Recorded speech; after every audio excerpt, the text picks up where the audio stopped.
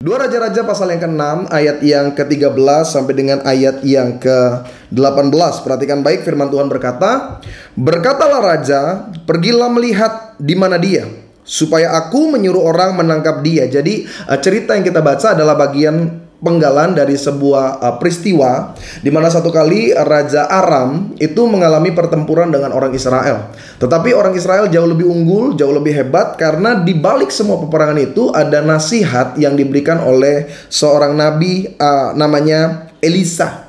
Nah, jadi di ayat 13 ini raja mulai mempertanyakan di mana Elisa berada. Dikatakan selanjutnya, lalu diberitahulah kepadanya bahwa Elisa ada di Dotan. Maka dikirimnyalah ke sana kuda serta kereta dan tentara yang besar. Perhatikan, sampailah mereka pada waktu malam lalu mengepung kota itu, maksudnya kota Dotan. Ayat yang ke-15 dikatakan, ketika pelayan abdi Allah bangun pagi-pagi dan pergi keluar, maka tampaklah suatu tentara dengan kuda dan kereta ada di sekeliling kota itu. Jadi Alkitab bilang ketika pelayan abdi Allah bangun, maksudnya pelayan daripada Elisa namanya Gehazi. Jadi Elisa itu punya bujang, punya seorang yang mengikut dia, asisten Nabi namanya Gehazi.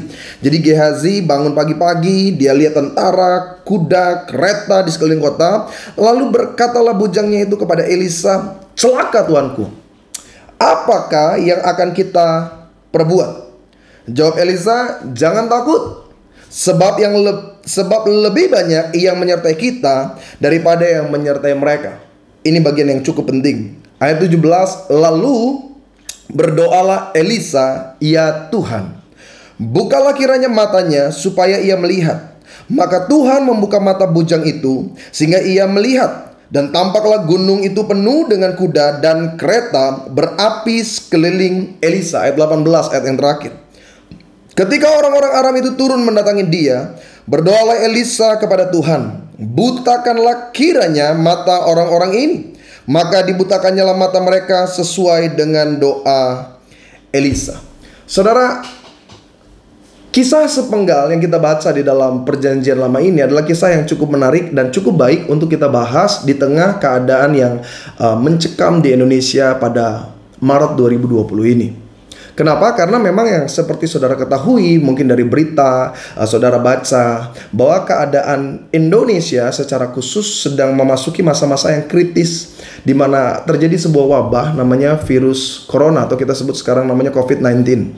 Nah, salah satu hal yang membuat kita nggak bisa melihat pertolongan, penjagaan, perlindungan Tuhan dalam hidup kita adalah kekhawatiran, ketakutan, kecemasan, dan besarnya tantangan serta masalah yang memang sedang terjadi dalam kehidupan kita. Makanya begini saudara, salah satu hal yang sering membuat iman kita mengalami kelemahan adalah ketakutan dan kekhawatiran. Sama-sama bilang sama saya takut.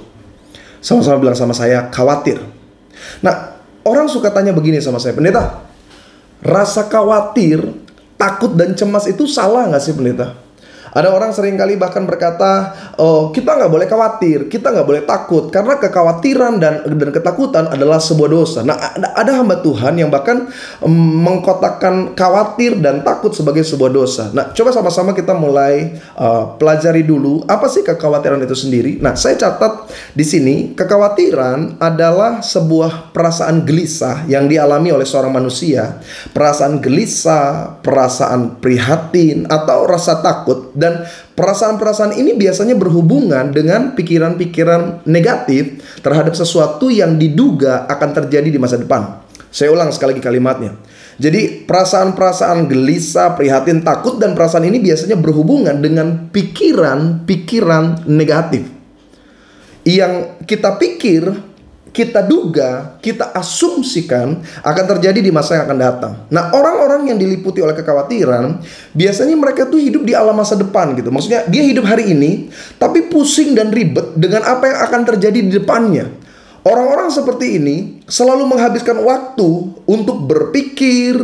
Dia mulai berskenario dan mengkhawatirkan hal yang terburuk yang mungkin terjadi dalam kehidupannya. Dan khususnya untuk saat-saat ini kan kita sedang dengar dan mengalami di sekeliling kita wabah virus ini. Orang mulai berpikir-pikir yang negatif. Orang mulai merasakan ketakutan, kecemasan. Bahkan ada istilah terbaru hari-hari ini, banyak masyarakat Indonesia mengalami paranoid. satu perasaan di mana dia merasa itu sudah terjadi, padahal belum tentu terjadi. Saya ulang sekali lagi. Dia merasa itu sudah terjadi, padahal belum. Kenapa? Pengaruh yang datang dari luar. Nah, ini yang saya bilang, kekhawatiran, kecemasan, dan ketakutan. Dalam Perjanjian Baru, kalau saudara coba cari searching satu kata yang dipakai oleh Alkitab tentang khawatir, bahasa aslinya atau bahasa Yunani disebut dengan merimnao. Merimnao itu kalau diterjemahkan, merimnao itu bisa memiliki beberapa artian. Yang pertama, merimnao artinya itu kecemasan, kekalutan, atau pikiran bercabang. Nah, kalau saudara tanya sama saya, pendeta, contoh case-nya seperti apa? Dalam Matius pasal 6 ayat yang ke-25, Matius pasal 6 ayat yang ke-25, kata yang dipakai Yesus adalah merimnao. Matius 6 ayat 25 kalimatnya seperti ini. Janganlah merimnao akan hidupmu. Janganlah khawatir akan hidupmu. Kalau mau diterjemahkan dengan lebih panjang, artinya janganlah kamu kalut, janganlah kamu cemas, janganlah berpikiran bercabang akan hidupmu. Bahkan kalau saudara mau coba searching, Paulus juga pernah memakai kata ini ketika dia menulis dalam Filipi pasal 4 ayat yang ke-6. Filipi pasal 4 ayat yang ke-6. Dikatakan oleh Paulus dengan sangat jelas, janganlah hendaknya kamu merimnau tentang apapun juga. Kalau kita lihat lagi kalimatnya, artinya Paulus mau bilang, janganlah hendaknya kamu khawatir, janganlah hendaknya kamu cemas, janganlah hendaknya kamu kalut, janganlah hendaknya kamu berpikiran bercabang tentang apapun juga. Perhatikan baik, Alkitab katakan, janganlah engkau berpikir yang negatif tentang apapun juga. Nah, orang jadi semakin bertanya, pendeta, kalau begitu siapa aja yang hidupnya bisa diliputi oleh kekhawatiran? Jawabannya sederhana, semua orang. Sekali lagi saya sampaikan, semua orang bisa mengalami kekhawatiran. Jadi jangan saudara pikir, oh kalau dia hamba Tuhan dia nggak. No, selama dia manusia, dia tetap bisa khawatir. Tapi kan dia seorang hamba Tuhan, yes. Tapi selama dia masih berdarah dan berdaging, maka dia akan tetap bisa mengalami yang namanya kekhawatiran. Bedanya, ada orang yang bisa melewati rasa khawatirnya, tapi ada orang yang tenggelam di dalam kekhawatirannya. Makanya tidak seorang pun hidup tanpa rasa khawatir, saudara. Engkau sejak bertumbuh dan sejak engkau mengalami pendewasaan dalam hidup, ada namanya proses hidup di mana kita akan merasakan kekhawatiran. Dan yang saya mau katakan, khawatir bukanlah sebuah dosa. Sekali lagi, khawatir itu tidak berdosa. Tapi saudara dikendalikan oleh kekhawatiran, saudara dikendalikan oleh kecemasan, ketakutan. Saya mau katakan, yang buruk adalah efek dari kekhawatiran itu sendiri. Ada yang bilang begini, pendeta, tapi kalau kita orang beriman, kan seharusnya kita nggak khawatir dong. Kalau kita adalah orang yang hidup di dalam Tuhan, kita adalah orang yang rajin beribadah, bahkan mungkin orang-orang yang hidup dalam melayani Tuhan, maka seharusnya mereka adalah orang-orang yang tidak khawatir. Karena artinya kalau dia beriman lalu dia khawatir, itu sama saja bohong. Artinya dia tidak khawatir. Nah, ini yang harus saya mau luruskan di tengah jemaat Tuhan begini. Bukan berarti ketika engkau masuk dalam sebuah kehidupan rohani, engkau tidak punya kekhawatiran. Khawatir itu sebenarnya sesuatu yang cukup perlu di dalam hidup manusia. Khawatir itu membuat kita berpikir tentang esok. Contoh, engkau mengambil keputusan untuk menikah. Kekhawatiran membuat kita berpikir, apa ya yang harus saya lakukan sebagai seorang pasangan, sebagai seorang suami, sebagai seorang istri, apa yang harus saya persiapkan? Oh, saya harus menyiapkan tempat tinggal. Oh, saya harus memiliki pendapatan. Oh, nanti ketika saya akan memiliki keturunan, apa ya yang harus saya lakukan? Nah, itu sebenarnya bentuk kekhawatiran yang positif. Repotnya, ada banyak kita tanpa disadari kekhawatiran, ketakutan, kecemasan itu ditunggangi oleh kuasa gelap, setan yang terus mengintimidasi sehingga kekhawatiran kita terlalu berlebih.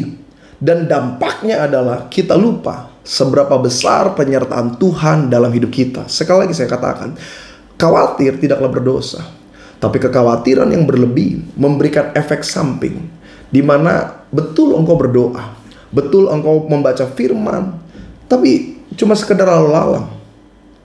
Engkau membaca tentang kuasa dan penyertaan Tuhan yang ajaib, tapi engkau sendiri gak pernah merasakan. Kenapa? Karena engkau berpikiran bercabang, engkau menjadi bimbang. Nah, Alkitab katakan dengan sangat jelas, orang bimbang jangan pernah berharap sesuatu yang baik. Makanya kalau saudara mau lebih jujur, coba kita lihat dalam Alkitab, tokoh mana yang tidak pernah merasa takut dan khawatir? Alkitab tulis dengan jelas, Abraham pernah mengalami yang namanya kekhawatiran, Yakub pernah mengalami yang namanya rasa takut, Elia pernah merasa takut, Yeremia pernah merasa takut. Bahkan dalam Matius pasal 26, 36, 37, Yesus pun merasa cemas. Dia khawatir, dia takut, sehingga dia berkata, kalau boleh lalukanlah cawan ini daripada aku. Tapi yang menarik dari kalimat Yesus berikutnya, ini yang saya katakan, iman pengharapan di dalam Tuhan. Bukan kehendakku, melainkan kehendakmu. So bisa bayangkan nggak betapa dahsyatnya hidup kita sebagai orang percaya kalau kata kalimat Yesus ini menjadi bagian dalam kehidupan kita hari-hari. Betul engkau mengalami kekhawatiran, betul ada kecemasan, ketakutan, dan keraguan. Tapi ketika engkau tetap berkata, bukan kehendakku Tuhan, tapi kehendakmu, hidup kita penuh dengan mujizat. Amin. Makanya kisah daripada Elisa ketika dia ada di tengah kota Dotan, lalu dikepung oleh tentara-tentara dari Raja Aram.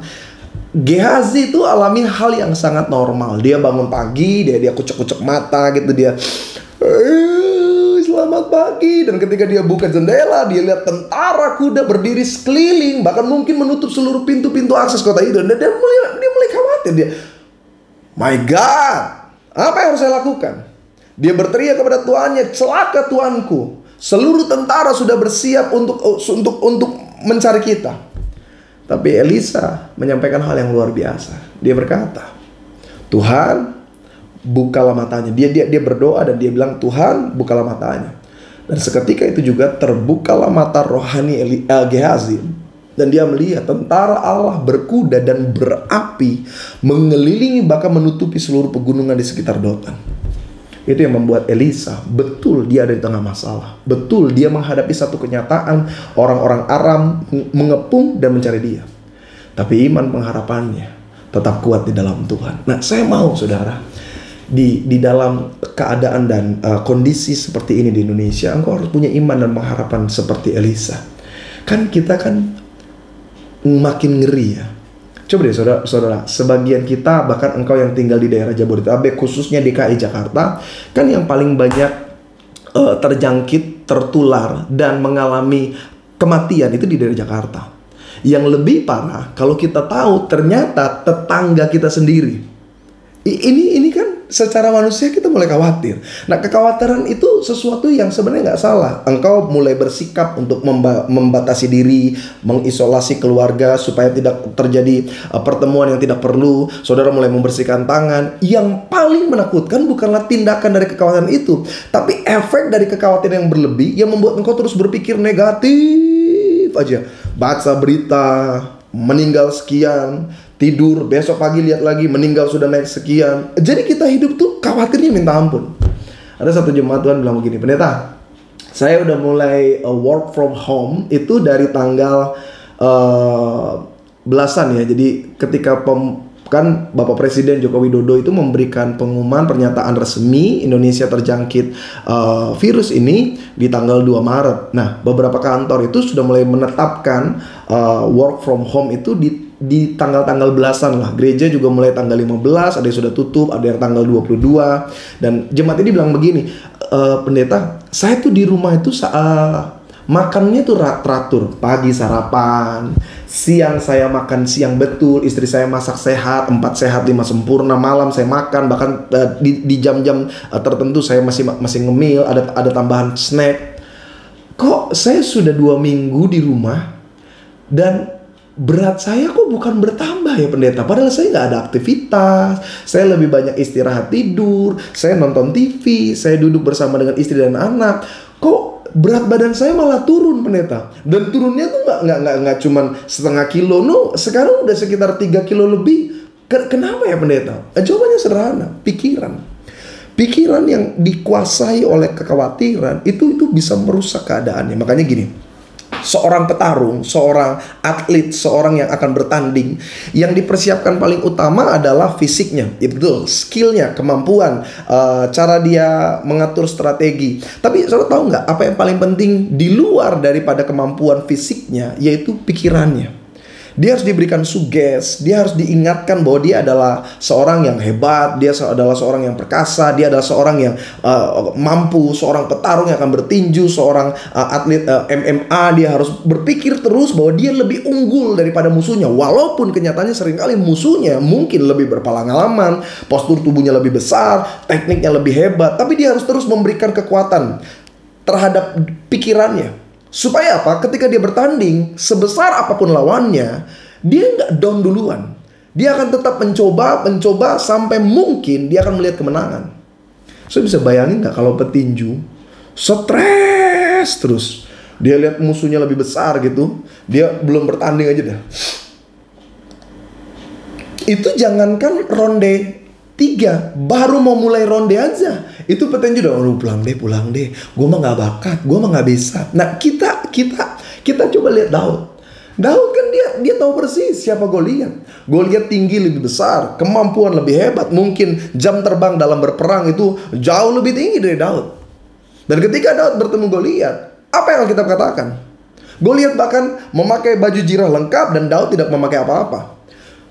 Sampai-sampai ada bagian kisah yang cukup menarik. Dikatakan Saul itu mempersiapkan baju jirahnya untuk dipakai oleh Daud, tapi karena baju jirahnya lebih besar dan badan Daud terlalu kecil, sehingga Daud nggak bisa pakai. Goliat tekan dia dengan intimidasi. Anjing kaku, engkau datangi aku dengan tongkat. Hadapilah aku dan akan kuberikan dagingmu kepada burung-burung di udara dan kepada binatang di padang. Tapi Daud nggak takut. Daud nggak mengalami kecemasan yang berlebih. Daud tidak dikuasai oleh kekalutan. Dia justru menyatakan imannya di tengah keadaan yang sangat buruk. Dia katakan apa? Betul engkau mendatangi aku dengan pedang, tombak dan lembing, tapi aku datang dalam nama Tuhan semesta alam. Nah, saya mau iman yang dialami oleh Elisa, iman yang dialami oleh Daud adalah iman yang sama yang kita miliki di tengah wabah virus COVID-19 ini. Betul, mungkin kau dengar berita tetangga kananmu, kirimu, depanmu, atau satu klastermu meninggal karena penyakit itu. Dan semua orang mulai panik, semua orang mulai mengambil tindakan yang pembersihan dan sebagainya. Yes, engkau harus tetap lakukan. Tetapi jangan sampai engkau gak bisa tidur nyenyak. Jangan sampai damai sejahtera, shalom yang Tuhan taruh dalam hidup saya dan hidup saudara mulai hilang karena pemikiran kita. Mungkin virusnya bahkan nggak ada di rumah saudara karena engkau sudah mengambil tindakan pembersihan dan lain sebagainya. Tapi seakan-akan virus itu sudah di tubuh kita. Kenapa? Pikiran, suges yang merusak. Dan makanya ada banyak orang bilang begini, pendeta, sekarang saya parnoan pendeta. Saya seringkali suka ngerasa sesak sendiri. Saya seringkali suka ngerasa puyeng sendiri. Saya baru keluar, mau beli kebutuhan, saya lihat orang batuk pulang, rasanya badan sakit. Ya, itu pengaruh daripada pikiran, kekhawatiran. Makanya khawatir itu tidak dosa, tapi khawatir memberikan dampak yang buruk dalam hidup seseorang. Apa yang kita perlukan? Kita perlu percaya kepada janji dan penyertaan Tuhan. Pendeta, tapi saya dengar banyak kasus di mana rekan-rekan pelayan Tuhan, rekan-rekan hamba-hamba Tuhan, bahkan mereka menjadi korban dari wabah ini. Lalu bagaimana dengan kami, pendeta? Kita kan cuma jemaat biasa. Saya bahkan bukan seorang diaken, saya bukan seorang majelis, saya cuma jemaat biasa. Kalau yang hamba Tuhan saja bisa kena, bahkan saya dengar seorang gembala sidang saja bisa terjangkit dan akhirnya meninggal. Bagaimana dengan kami? Jawabannya sederhana. Engkau harus tetap percaya, penjagaan, perlindungan Tuhan sempurna. Daud berkata dalam Mazmurnya, melewati lembah bayang-bayang gelap, aku tidak takut, sebab tongkatmu dan gadamu yang melindungi aku, yang menyertai aku, yang menjaga aku. Dan saya mau katakan, Tuhan yang sama yang menyertai Daud, Tuhan yang sama yang menyertai kita, Tuhan yang sama yang menyertai Elisa di tengah kepungan tentara Raja Aram, Tuhan yang sama yang menyertai saya dan saudara di tempat di mana engkau tinggal. Jangan khawatir, saudara. Jangan takut berlebihan. Engkau harus melakukan tindakan, yes, tapi tetap berpengharapan di dalam Tuhan. Orang kalau misalkan dia sudah terlalu khawatir, pikirannya terlalu negatif, saudara. Dia terus merasa hal-hal yang buruk akan menimpa hidupnya. Dia terus merasa hal-hal yang buruk akan datang dalam hidupnya. No. Kita nggak boleh khawatir. Kita nggak boleh khawatir. Kita nggak boleh dikuasai oleh pemikiran kecemasan. Kenapa? Filipi 4 ayat yang ke-8. Mari sama-sama jemaat Tuhan, engkau boleh lihat Alkitab atau lihat layar yang akan muncul di video ini. Filipi pasal 4 ayat yang ke-8 dikatakan, jadi akhirnya, saudara-saudara, semua yang benar, perhatikan, semua yang benar, semua yang mulia, semua yang adil, semua yang suci, semua yang manis, semua yang sedap didengar, semua yang disebut kebajikan dan patut dipuji, pikirkanlah semuanya itu. Saya ambil satu ayat lagi. 2 Korintus pasal 10 ayat yang ke-5. Alkitab jelas katakan, kita mematahkan setiap siasat orang dan merubuhkan setiap kubu yang dibangun oleh keangkuhan manusia untuk menentang pengenalan akan Allah. Dan ini kalimat yang luar biasa yang saya mau tekankan. Paulus katakan, kami menawan segala pikiran dan menaklukkannya kepada Kristus. Ini kalimat yang luar biasa. Dikatakan kami menawan segala pikiran dan menaklukkannya kepada Kristus. Apa artinya kedua ayat ini, pendeta? Jawabannya sederhana. Di tengah keadaan yang buruk, engkau harus lebih banyak mendengar sesuatu yang baik. Mendengar tentang hal-hal yang memberikan harapan. Hal-hal yang membuat engkau merasa semangat kembali. Saya baca satu literatur dari seorang dokter. Intinya dia bilang begini, sebenarnya obat untuk wabah ini adalah imunitas. Dan imunitas itu memang bisa diusahakan melalui vitamin. Engkau bisa usahakan melalui multivitamin dan segala hal yang membuat imunmu bertambah, berjemur, melakukan aktivitas yang sehat, makanan-makanan yang baik, bersih dan sehat. Tapi sebenarnya dokter ini mengatakan yang paling bagus untuk membuat imun itu bertambah adalah kebahagiaan. Sekali lagi saya katakan, imunitas tubuh manusia akan terus bertambah dengan baik ketika dia merasa bahagia. Saya mau tanya sama jemaat yang nonton video, bahagia Pak? Bu, bahagia? Anak-anak muda bahagia? Ya tapi saya nggak punya duit, pendeta, gimana bahagia? Ini yang saya bilang, bahagia yang paling dasar dan utama bukan dipengaruhi oleh keadaan. Karena kalau kita mau lihat keadaan, seringkali banyak suami bilang begini, pendeta, saya itu sejak di rumah, pendeta, sejak work from home, kayaknya lebih banyak tantangan dan kesulitan bukan karena pekerjaannya, bini saya, pendeta, ya kan? Banyak istri-istri juga mulai komentar, pendeta tanya bahagia sama saya. Pendeta kalau lebih bahagia kayaknya mendingan laki gua di luar deh, pendeta. Dia kalau di dalam, pendeta, mulutnya, pendeta, dia tuh kalau udah ngomong semua dia omongin, pendeta. Saya dulu kalau laki saya kerja, aktivitas di luar, saya lebih tenang, pendeta. Damai, sejahtera, dan shalom Kristus ada sama saya. Tapi sejak laki gua di rumah, pendeta, suntuknya minta ampun. Lihat bangun pagi disuruh mandi nggak mau. Nanti siang udah zigong masih di mana-mana cari makan. Udah baunya, pendeta, saya sebenarnya lebih takut bukan virus corona, virus yang disebabkan dari suami saya. Ya, memang kalau kita ngeliat keadaan ya kan, ya kita udah work from home. Buat sebagian orang gaji masih turun, tapi buat pedagang, orang yang berbisnis, jualan ya kan, yang pendapatannya setiap hari pusing. Dia lihat dompet dan dia mulai berkata, kau bukakan jalan di lautan. Dia mulai melihat kenyataan, saya makin kekurangan. Saya bagaimana bahagia? Bahagia yang sejati bukan hanya datang dari keadaan, kondisi. Saudara tahu nggak faktanya? Orang yang bisa nyetok, orang yang punya dana, uang, orang yang maksudnya secara finansial, materi dia berkecukupan. Saya katakan belum tentu loh dia punya ketenangan lebih baik daripada orang yang kekurangan. Orang yang kelebihan belum tentu dia memiliki damai sejahtera, kebahagiaan yang lebih baik daripada orang yang kekurangan. Makanya yang harus kita miliki adalah pengharapan di dalam Tuhan.